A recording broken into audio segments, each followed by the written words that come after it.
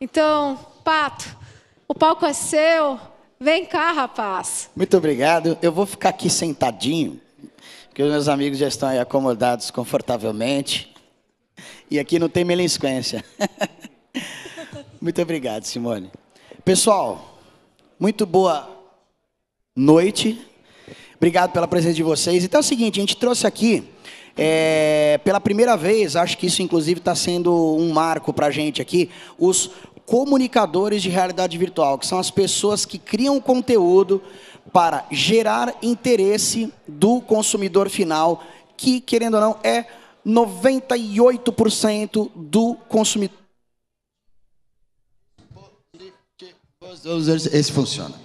De dispositivos de... Nossa, esse aqui tá alto, hein? Ah, que beleza.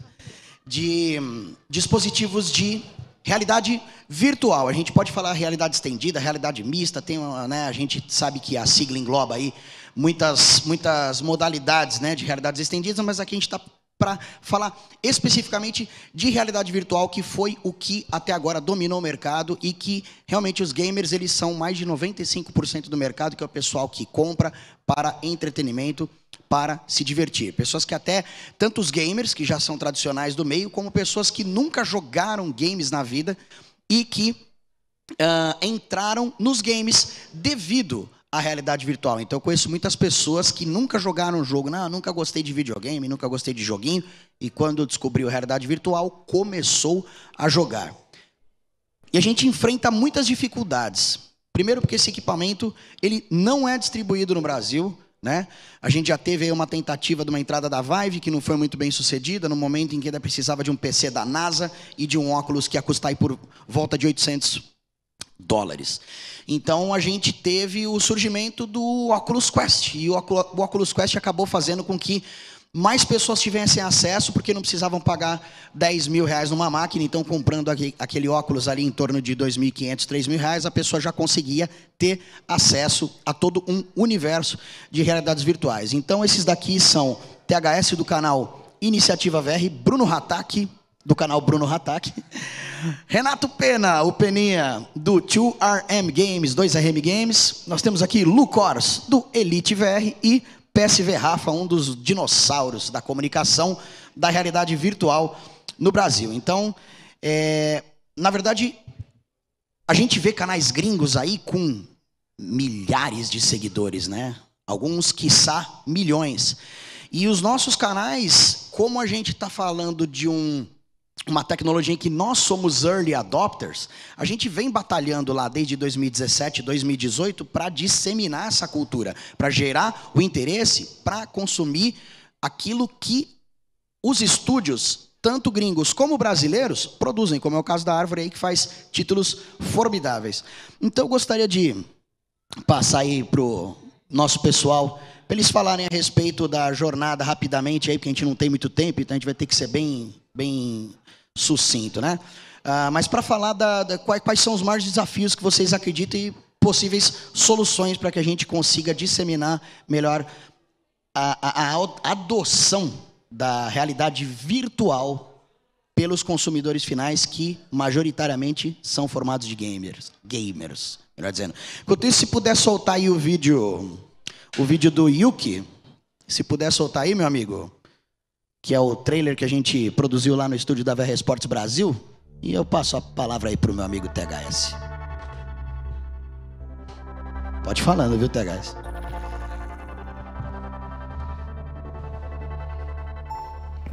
Boa noite a todos. Realmente, o que a gente, desde quando a gente entrou na realidade virtual, a gente não esquece do que a gente era sem saber todas as informações que a gente sabe hoje. Então, quando a gente vê pessoas que nunca experimentaram o VR, a gente lembra disso muito bem para poder demonstrar para as pessoas como realmente é. Porque o VR, infelizmente, uma das dificuldades que a gente tem é que a gente não consegue demonstrar visualmente.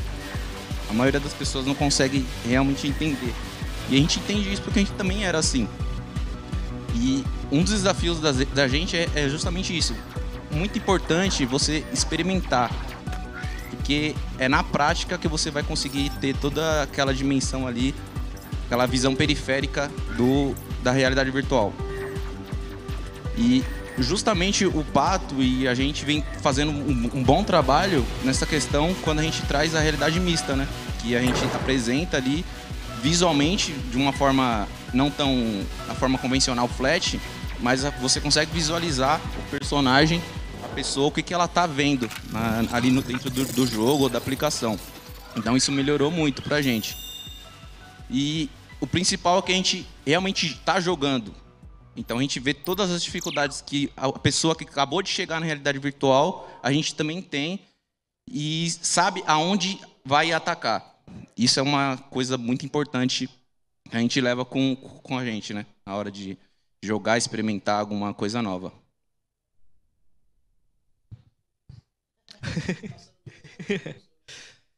Eu acho que a gente, como criador, a gente enfrenta duas dificuldades, né? A primeira é que a gente vive num país em que a tecnologia, em geral, é muito cara. Então, o Quest 2 ele deu a possibilidade de muita gente entrar, de descobrir pela primeira vez tecnologia, como, por exemplo, eu. O meu primeiro VR foi o Quest 2. E eu acho que a segunda dificuldade é a gente conseguir mostrar para quem está vendo um vídeo ou uma live a sensação de estar jogando VR. Porque, querendo ou não, tipo, a melhor forma realmente é a realidade mista, como o Pato faz, porque você não está só jogando um jogo, você não está numa tela, você está inserido naquele ambiente 3D. E é uma sensação muito boa que, infelizmente, é difícil de replicar em um vídeo que a pessoa está vendo no celular dela, na telinha pequenininha, ou então na TV, porque é a tela plana, é diferente. E eu acho que, tipo, a gente está fazendo um bom trabalho, sabe, todo mundo. E hoje em dia, tipo, tanto no Brasil quanto na gringa, qualquer pessoa que compra um VR ainda é um early adopter, sabe? Na gringa a gente tem canais maiores e assim já está mais inserido na sociedade deles porque, querendo ou não, a economia deles é melhor, mais fácil para eles adquirirem a tecnologia em geral. Mas calma aí que eu me perdi um pouquinho. Mas a gente está aí batalhando e eu, no meu caso, meu canal não é só de VR. Eu tenho um público em que eu falo sobre jogos no geral, conto histórias de jogos, eu conto tipo o surgimento e a queda do Club Penguin, do Rabotel, de jogos em geral que fazem parte da minha infância. E aí, há muitos anos, eu admiro a tecnologia de VR, mas nunca tive a oportunidade de comprar um, de ter um, nem de testar, porque eu sou de cidade pequena. E aí, com o Quest 2, eu consegui comprar um, e quando eu testei, eu fiquei maravilhado, sabe? E eu já tendo o público, eu consegui explicar a tecnologia, explicar a experiência para pessoas que já sabiam que ela existia, mas nunca botaram muita fé, sabe? Porque eu acho que falta chegar essa informação no mainstream, sabe? Que VR está barateando, que VR é fácil de usar, sabe? Porque diferente de um console, quando você bota uma pessoa assim, tipo, que nunca jogou um jogo, sabe? Tanto nova quanto velha, a pessoa vai ficar perdida com os botões do controle, com o teclado e o mouse. Já no VR não, no VR é muito mais intuitivo, é muito mais interativo, sabe? Então, conforme for barateando, vai entrando muito mais gente no mercado, que nem o Pato falou, pessoas que nem eram gamers acabam se tornando gamers por conta do VR, sabe? E é uma tecnologia incrível e eu amo muito ela.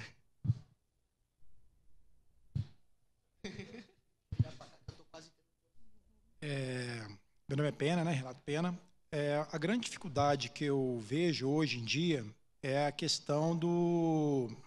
A gente não tem empresas no Brasil ainda como a Meta, né, a Pico, produzindo esses headsets aqui. Então fica caro para a gente, né? Está aparecendo que essas empresas agora estão vindo para o Brasil, né? Eu espero. E qual é essa grande dificuldade? Eu sofri há pouco tempo, né? Eu estou trazendo um headset novo aí de fora, importei e acabei sendo taxado, né? E muito. E isso é uma dificuldade, cara. Então, uma pessoa fala, pô, eu vou comprar, vou ser taxado, todo mundo morre do coração, né? Espero que esse dinheiro que eu paguei vai para ajudar as pessoas, aí o governo distribui para a população, né? Mas é por isso que eu não, inclusive, eu faço muito vídeo e isso é uma responsabilidade, né? Eu faço muito vídeo de a pessoa fala, pô, você faz vídeo de celular para VR, cara? Por quê? Porque é muito caro ainda e é uma entrada, é uma possibilidade da pessoa ver. E eu tenho muitas pessoas no meu canal que falam assim, pô, eu comprei um VR por sua causa. Então, isso é uma responsabilidade, né? De tentar passar para a pessoa aquilo. E muitas vezes a pessoa fala, poxa, não foi aquilo que eu esperava. Mas eu acho que ainda o entrave são as empresas não estão no Brasil. E é o custo do Brasil, né, que a gente tem. Eu espero e aí que no futuro as taxas diminuam, né, a possibilidade das empresas virem para cá, que gere emprego, né? Vai gerar emprego para a população. E, cara, diminuir o imposto, vai ter empresa, vai gerar emprego, vai ter mais pessoas, crianças, indo para universidades, gerando novos produtos, novos jogos, né? E é isso que eu espero, tá bom? Tá funcionando. Eu sou a Lu Kors. Eu acredito que tudo que vocês falaram também. E outra coisa, a gente não consegue concorrer com os influencers americanos, que já têm o VR há muito tempo. E lá eles consomem muito mais do que os brasileiros, porque é novo para a gente. Então, a gente faz uma live, alguma coisa, a gente não tem um público muito grande que assiste ainda. É um público restrito, né? Porque é caro, não é para todo mundo por enquanto. E a gente acaba trabalhando em outras coisas, né? Por exemplo, a gente acaba trabalhando com as empresas que trabalham com VR já no Brasil e não tem como concorrer com o pessoal lá de fora, que já tem o Quest há mais tempo que a gente, e já tem um público também maior. E eu acho que é o valor, né? O valor é cada vez mais. Agora vem o Quest 2, vem o 3, então assim, é que nem um celular novo, né? Às vezes a pessoa espera por um outro Quest que está chegando e acaba esperando. E assim, aquela coisa, você não consegue pegar um pessoal que joga, por exemplo, Fortnite, telaplanista, né, Pato? Telaplanista. Que já é um jogo antigo, que já é um jogo que dá muito lucro para a empresa. E aí você já tem aquela comunidade que joga Fortnite. E aí você trazer eles para o Quest, para o VR é difícil. Até porque não tem Fortnite no VR ainda, né? Mas tem o Population One, que é um jogo maravilhoso. Mas até você mostrar para esse público que tem coisa bacana, primeiro, é caro. Segundo, o jogo é caro também. Né? Porque além de você comprar o óculos, você tem que comprar o jogo. E uma coisa que a gente fez é investir nosso tempo e o nosso dinheiro também. Porque se você for falar em VR, você tem que falar de um PC gamer, de um computador gamer, que é caro. Não é barato para a gente. E a gente investiu. A gente investiu no óculos, a gente investiu no PC, a gente investe em realidade mista, né, Pato? Não é barato, é caro para a gente. Mas a gente investiu para poder mostrar para o público que é bom, que vale a pena. E isso também as empresas começam a olhar com outros olhos. Porque, na verdade, o Quest, a realidade virtual, ela não serve só para jogar, para se divertir. Ela serve para outras coisas, para a empresa. Então, às vezes, o cara fala, eu não vou comprar um Quest para o meu filho ficar jogando. Apesar que, se você for ver, um PlayStation 5 é muito mais caro que um Quest. E eles acabam investindo no PlayStation 5. E outra coisa também é que, por exemplo, eu fui na BGS. Lá na BGS, acho que eu vi um stand que tinha Quest. Um stand. Uma coisa só. Então, eu esperava ter mais empresas, mais caminho para a gente poder mostrar o nosso trabalho e que, infelizmente, ainda é difícil aqui no Brasil. Exatamente. Agora eu queria ver se a CCXP vai ter alguma coisa para a gente lá, porque está difícil para a gente. A gente investe o nosso tempo, o nosso dinheiro, e a gente tem que trabalhar com outras coisas também. Na verdade, a gente acaba sendo influencer atrás dos bastidores, né? Offline, na verdade, trabalhando mais com as empresas do que com o gamer mesmo em si. É isso. Bom, boa noite. Eu acho que uma das principais barreiras que a gente tem na produção de conteúdo em vídeo, principalmente no YouTube, está ligado à questão gráfica, né? Tem muita gente que olha os gráficos de jogos VR, Tem muitos jogos mesmo que são graficamente mais simples. Muita gente olha para esses jogos com gráficos mais simples e não curtem, né? Ficam com hate em cima disso.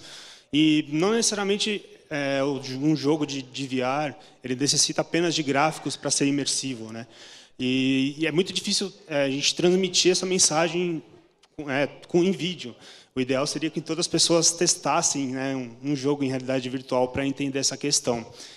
Tem o próprio o metaverso da Meta, o Horizon Worlds, que virou até meme, né, por causa dos gráficos do Mark lá. Muita gente acaba virando a cara para a realidade virtual por causa dos gráficos. Então, pelo menos eu sei que o THS, muita gente aqui, a gente tenta transmitir a sensação de estar na realidade virtual, que não se trata apenas da parte visual, se trata de outras sensações que você tem jogando um game, por exemplo, interagindo com objetos, que isso tem que ser muito bem feito dentro de um jogo, a questão do áudio, que isso influencia muito na sua imersão. E, além disso, eu acho que todos nós aqui, a gente consegue também transmitir a paixão que a gente tem pela realidade virtual, e isso acaba prendendo, cativando um pouco a atenção das pessoas, né? Principalmente pessoas que nunca testaram a realidade virtual. Eu acho que quando a gente fala com paixão sobre determinado assunto, nesse caso a realidade virtual, eu acho que é um meio da gente tentar prender a atenção, principalmente de quem nunca testou, né? A gente tem aqui comunidades criadas em várias redes sociais, em grupos de WhatsApp, onde a gente consegue compartilhar, né, os nossos conteúdos, os nossos vídeos, os textos também. Eu acabo fazendo algumas análises de jogos em texto para publicar em alguns sites. A gente tem essa oportunidade de grupos criados com um bom número até, né? Em português, grupos que chegam aí a 10 mil pessoas no Facebook, enfim, vários grupos de WhatsApp, a gente tem essa oportunidade, mas a gente também quer falar com pessoas que nunca testaram, né? O Pato faz muito trabalho disso em eventos, levando o VR para as pessoas conhecerem. E eu acho que essa parte já começa a quebrar uma barreira quando a gente demonstra que a gente está falando com amor da tecnologia, né? Isso acho que já ajuda bastante. E acho que é isso, Pato. É uma das barreiras que eu vejo assim, como você trata a gente como comunicadores, né? Até falei para você, não me vejo como um comunicador, sou só um cara que faz uns vídeos lá no YouTube jogando os games de realidade virtual. Gosto de fazer análises, apesar de não ser jornalista, eu gosto de falar sobre os jogos. Então eu tento fazer isso demonstrando a paixão pela tecnologia, né? Eu sou um jogador de realidade virtual desde 2018, nunca mais abri mão de jogar em realidade virtual. Então acho que para começar a quebrar uma dessas barreiras, eu acho que é demonstrando também a paixão que a gente tem pela tecnologia. Eu acho que ajuda bastante. É interessante você falar isso, sabe por quê? Porque a paixão que a gente tem pelas coisas não desvaloriza o trabalho que a gente está aplicando nelas. Pelo contrário, eu acho que até aumenta, principalmente porque no momento é uma coisa que não vai trazer um rendimento financeiro, mas que você está apostando para o futuro, está plantando e você está regando. No caso aí foi interessante você falar até que você não se vê como comunicador, porque você é um exímio redator, você faz um roteiro para o seu vídeo, você faz uma análise inteira de um game, e você vai lá, você grava tudo aquilo, e você edita aquele vídeo e você posta. Cara, olha o trabalho que você está fazendo. É muito respeitável o seu trabalho, tá? De todos aqui. Então, não se desconsidere um comunicador, porque você é um dos bons e um dos dinossauros, como eu falei aqui a princípio. E é muito interessante isso que você falou também da questão gráfica, né? Então, o que acontece hoje em dia? A gente tem um público, vamos pegar o público mais jovem, né? Então, o público mais jovem está acostumado com esses gráficos fenomenais e tal, porque eles não vieram como nós, aí, da época do Atari, do Odyssey, do Nintendo, do Mega Drive, enfim. E aí o que acontece é o seguinte, quando uma pessoa mais jovem tem o acesso à realidade virtual, primeiro tem aquela ideia, não, realidade virtual, tem esses gráficos toscos. Não sei. Gráfico de PlayStation 2. Gráfico de PlayStation 2. E aí, quando tem a oportunidade de, não sei, ir na casa de um amigo e experimentar, fica maluco. Ou então, logo após essa experiência, pede, por exemplo, para os pais darem e os pais dão. Aí o moleque coloca aquilo, joga, acha sensacional, aí ele vai chegar para os amigos que estão o quê? Jogando Fortnite, jogando Dota, jogando League of Legends, ele vai falar para os amigos dele, nossa, cara, eu joguei um negócio... Opa, acho que deve ser a bateria aqui. Aí ele chega para os amigos, nossa, eu joguei um negócio e tal, os caras vão falar, essa coisa aí de VR, não, meu, não, nem termina de falar. O cara fica até meio assim, né? Então, há uma repulsa por aquele fascínio do cara, porque só ele teve a experiência. Aquelas outras pessoas não tiveram. Então, o que acontece? Esse cara tem o equipamento, ele gostou do jogo, ele até gostou da rapaziada, mas não é a tribo dele. E a molecada quer estar na tribo, cara. Eles precisam disso. Quem aqui nunca foi moleque? Né? O moleque precisa de uma tribo. Então, o que acontece? Ele acaba deixando o headset de lado para jogar um negócio que ele gosta menos, para estar se sentindo incluído na parada. Então, isso é uma das coisas que só vai reverter quanto mais a gente tiver a oportunidade de chegar nessas pessoas mais jovens e proporcionar a experiência. Nós tínhamos muitos arcades, né? Inclusive a própria Árvore tinha a Void. Nós tivemos, infelizmente, essa catástrofe que aconteceu nos últimos 2 anos e todos tiveram que fechar as portas. Então, o pessoal nem teve como ir conhecer o VR. No entanto, lá na gringa, o que aconteceu? A venda de headset fez assim, galera. Foi para a estratosfera. Por quê? Porque eram pessoas que já tinham conseguido ter acesso por lá, já tinham interesse. E foi um pouco depois que foi lançado o Quest 1. Então as pessoas já estavam se planejando para aquilo. Quando chegou o Natal de 2019, logo depois do lançamento do Quest, o que aconteceu na curva de adoção é um negócio impressionante. Depois, a gente não consegue trazer os dados agora aqui para vocês, mas se vocês fizerem uma rápida pesquisa, vai corroborar o que eu estou falando. Foi uma explosão. Então, então, lá fora teve um crescimento, e aqui dentro teve uma estagnada, porque o pessoal tinha esses lugares para poder experimentar. E aí, nesse momento, não tinham mais. Então, agora, nesse momento, os arcades estão reabrindo as portas e o pessoal está podendo ir nesses lugares e podendo experimentar esses headsets e degustar a experiência. Então, eu acredito muito que sejam os jovens, porque o que acontece? Hoje em dia a gente tem uma indústria de e-sports que movimenta milhões, quiçá bilhões, em premiações, em investimento, em estrutura, em transmissão ao vivo, em tudo que a gente pode imaginar. Então é uma indústria muito forte, né?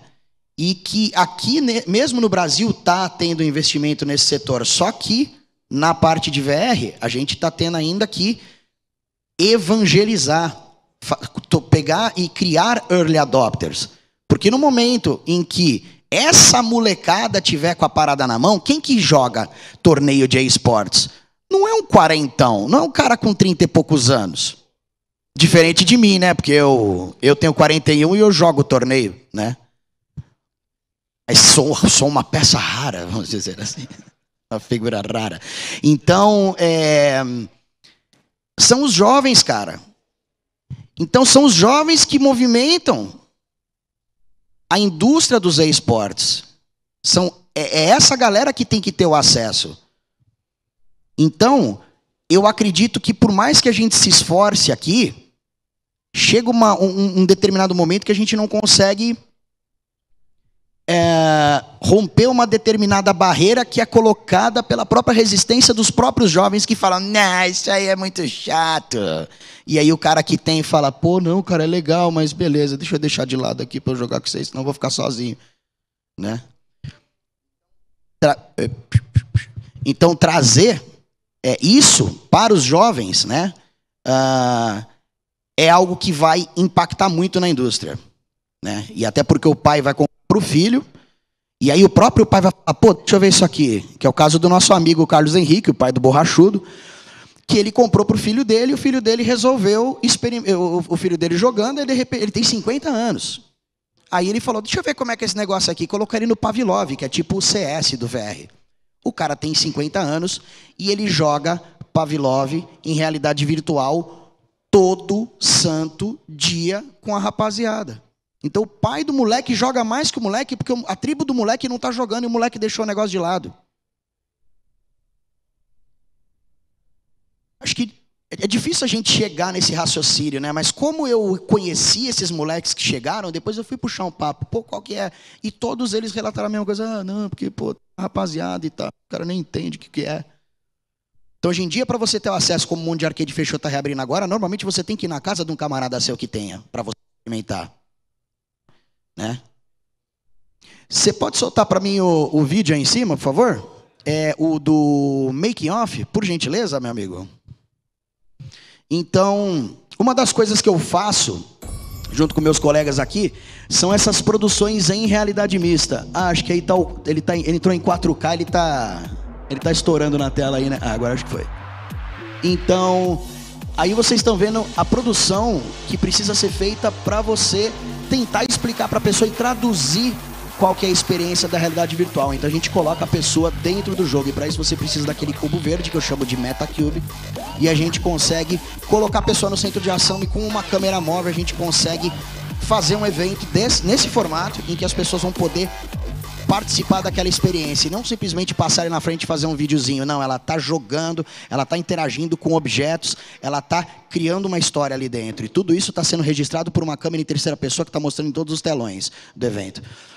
Eu costumo fazer live no TikTok. Eu estava fazendo muita coisa no YouTube, estava fazendo muita coisa no Facebook, e é gozado, a gente tem um preconceito enorme com o pessoal do TikTok, né? E é o melhor gosto musical que eu já percebi de todas as plataformas que eu fiz, foi do TikTok, porque eu comecei a fazer live de Beat Saber no TikTok. E aí, o nome da minha live é Peça uma Música. Rapaziada, só pede musicão, cara. Ninguém veio pedir funk, veio pedir sertanejo, os caras vêm pedir música raiz mesmo, música boa. Eu acho que vocês já perceberam qual que é o meu gosto musical, né? Nunca quis esconder pra ninguém. Pagode é bom. Eu gosto de pagode. Se fosse só pagode, meu amigo, tá bom demais. Então, tem live no TikTok que eu tô fazendo que tá dando 50 mil visualizações. Uma live de 1h30. Por quê? Porque o pessoal tá vendo aquilo e falando, nossa, mas que coisa, esse cara tá dentro do jogo, como é que... Né? Você ia falar alguma coisa, Oswaldão?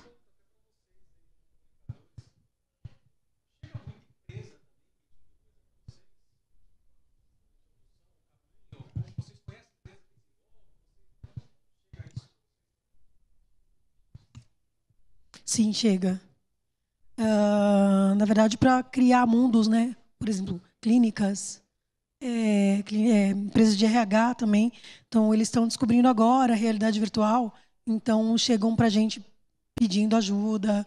Eu estou montando um instituto de realidade virtual, que é o primeiro do Brasil, é o único instituto, então a gente trabalha com mundos, com avatares, então as empresas chegam pedindo para a gente, né? Então a gente faz, mostra um piloto, e eles estão investindo bastante. Isso. Exatamente. Apesar de eu ter um canal pequeno, com 1.700 inscritos, eu só tenho a agradecer, pelo menos, a todos os estúdios com quem eu entro em contato para solicitar chaves de jogos para análise. Eu sempre tive respostas positivas, tanto os estúdios gringos como os estúdios brasileiros.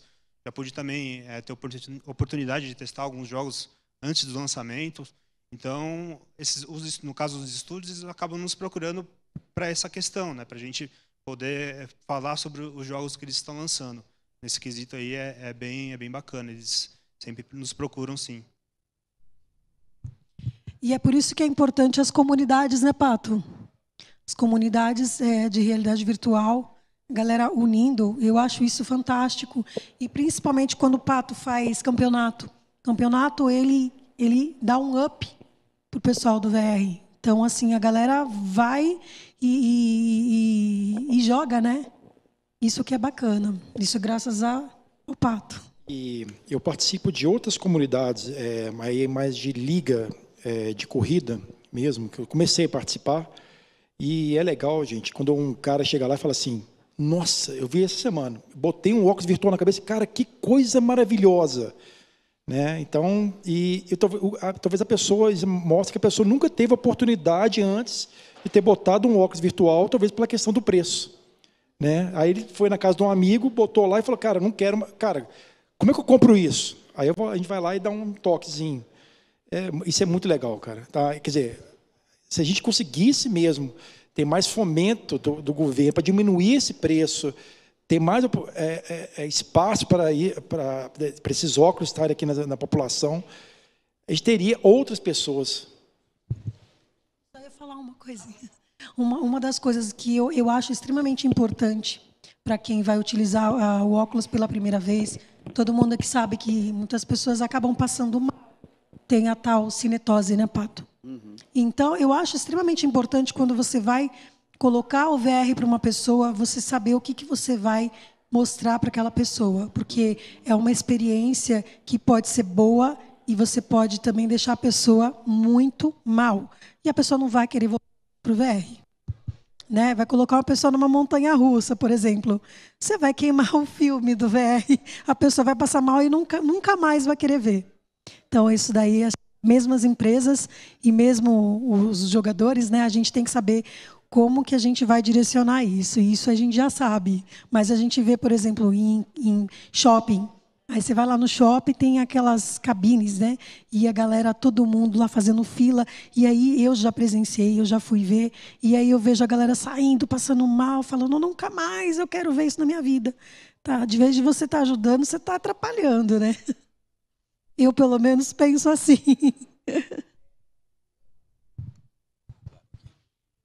Aproveitando, tem como soltar o vídeo pra gente aí do torneio, por gentileza? Enquanto isso aí, eu queria que vocês continuassem falando. É só porque é o seguinte, como comentaram aí, a VR Esportes Brasil hoje é a única empresa que realmente está fazendo os torneios. E por que a gente faz os torneios? Porque a gente levantou um castelo, tacou fogo na tocha e falou, todo mundo vai ter que ver a fumaça e vai acabar encontrando, inevitavelmente, as nossas comunidades, não somente a VR Esportes Brasil. E a gente consegue juntar uma coisa muito preciosa, que é quórum. Então aqui vocês estão vendo os patrocinadores que nós tivemos, apoio inclusive do Flow Games, e aqui o estúdio virtual, a gente utilizando, né, aquele mesmo cubo verde para fazer a produção e a transmissão ao vivo, com telão, com comentaristas, transmitindo ao vivo, então teve toda uma equipe por trás, tá? Então esse daí é o formato que a gente apresenta os torneios e temos aí em breve um torneio também de Population One, que é tipo o Fortnite do VR, como a Lu disse. Tá funcionando? Isso da cinetose, do mal-estar, né, da realidade virtual, é muito importante ser falado, porque eu mesmo com os meus vídeos, volta e meia, tipo, chega inscrito em mim na rua ou então em evento e falar, cara, comprei um VR por sua causa. Daí eu sempre pergunto, você gostou? Tá usando? Cara, eu gostei muito. Mas às vezes outros acontece o cara falar, cara, então, tipo, eu passo mal muito fácil, eu acabei deixando com meu primo. E é complicado porque, tipo, a tecnologia já é cara, então, tipo, para a pessoa comprar, ela tem que ver, ainda mais brasileiro, tem que ver muita review antes. E ainda tem o perigo dela comprar e passar mal muito fácil, porque vai de organismo para organismo. Existem maneiras de você treinar o seu corpo, treinar o seu cérebro, sabe, para você, tipo, para você acostumar e não passar mais mal. Mas ainda assim é complicado, como a galera ainda vai ter a primeira experiência, tipo, a gente precisa ensinar, tipo, para você não passar mal, joga um jogo sentado, joga um jogo mais calmo. E, inclusive, tipo, eu acho que para a gente alcançar outros nichos e, assim, tipo, para o VR alcançar o mainstream, seria importante ter criadores de conteúdo grande, que fazem conteúdo de jogos no YouTube, jogando VR. Tem, por exemplo, o Max MRM, ele fez série de Walking Dead Sin City, fez série de Resident 4 VR. Só que, por exemplo, eu conversei com o Funk Black Cat na BGS, eu perguntei, cara, e o VR? Ele fala, putz, é legal e tal, mas eu passo mal, tem que jogar teleportando. E para um criador de conteúdo, jogar teleportando já é ruim, sabe? Para quem está assistindo não é legal. E jogar teleportando tira a imersão também. Então, tipo, ele poderia criar bastante conteúdo, mas não consegue porque passa mal. E, tipo, tem que gastar tempo acostumando o cérebro. O BR Aquecido também é um cara que ama a tecnologia, mas passa mal fácil e acaba focando em outras coisas. Então, esse é um obstáculo bem difícil e que a gente vai melhorando conforme a informação for sendo repassada e também conforme for melhorando a tecnologia. Quando a gente chegar, assim, esteiras, por exemplo, que parece um futuro tão distante, mas não está tão distante assim. E é isso, tipo, é um problema bem sério que tem que ser levado em conta e cabe a gente, criador de conteúdo, falar sobre isso publicamente também, ensinar a galera, tipo, a como prevenir de passar mal com isso. Uma coisa importante que deve ser levada em consideração é justamente o que a gente está fazendo aqui, a informação. Que lá atrás, 3 anos atrás, 2018, quando eu comecei, eu não tinha informação. Então a gente tinha um cara só que a gente procurava no YouTube ali que achava. E foi ele que também me falou, né, no caso do Mozo, que ele não está aqui agora, mas ele que falou que essa questão da cinetose era treinável. Então, eu sou um pouco assim mais radical, igual falou da montanha-russa, eu combino assim comigo. Ou o cara vai amar isso aqui ou vai odiar. Porque eu comecei com a montanha-russa, eu comecei passando mal. Mas eu amei tanto aquele negócio que eu falei, não, deixa eu procurar aqui e ver se é normal. Ah, é normal, o tempo passa. Então eu fiquei 3 dias passando mal, jogando, mas depois já era, acabou. Então é importante vocês terem essa informação. Vai passar mal, mas fica tranquilo que passa. Só um comentário de cinetose aqui. Eu me considero hoje que eu não passo mal, cara. Eu já estou muito acostumado, mas como que é uma questão de cérebro, né? Eu gosto muito de simulador, comprei um coletivo para pilotar um simulador que é o DCS de helicóptero e faz muito esse movimento. Cara, eu falei, não tenho uma cinetose, sou o cara. Cara, com aquele negócio de helicóptero foi outro dia. Eu tive que parar. Como é que é a questão do cérebro acostumar, né? Fiquei 1 hora ali, ó, e acostumou. É questão. Eu gostaria só de pedir aqui pro THS fazer as considerações finais aí, só para a gente encerrar, então. Não, então é isso. Se vocês precisarem, né, podem contar comigo, com outros pessoal aqui, que com certeza vocês vão encontrar informação tanto em relação a ajustes que você precisa fazer no headset, aonde você vai comprar o seu headset, seu primeiro VR para você ter na sua casa, ou então inclusive experimentar, né? Sempre a gente tem alguns eventos assim espalhados, a gente leva para a galera experimentar, que é o mais importante que inclusive está acontecendo aqui agora, né? Então, muito obrigado aí. Bom, eu queria fazer uma consideração final rapidinho também. Acho que todo mundo está aqui, gosta da tecnologia, conhece e tal, mas é importante dizer que a realidade virtual tem um papel importante dentro do meio da tecnologia, um papel importante dentro da sociedade, vai ter um papel mais importante ainda.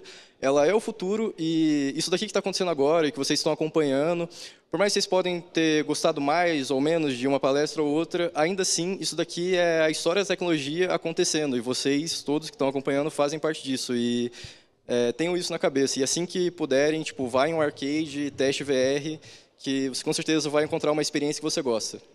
Algo que eu posso agregar aqui é que falta uma coisa muito importante hoje em dia, que é uma pesquisa de ecossistema de usuários finais.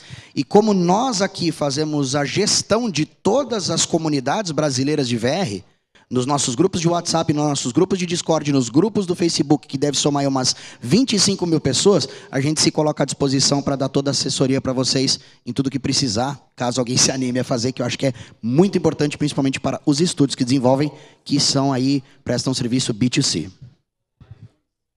Cara, eu só gostaria de agradecer a oportunidade. Obrigado, Pato, pelo convite, tá? Fiquei muito honrado de falar com vocês aqui, tá bom? Também queria agradecer essa oportunidade de todo mundo aqui estar reunido e já está na hora, né, Pato? Obrigado, Pato, ao convite, a XRBR também, e viva o VR.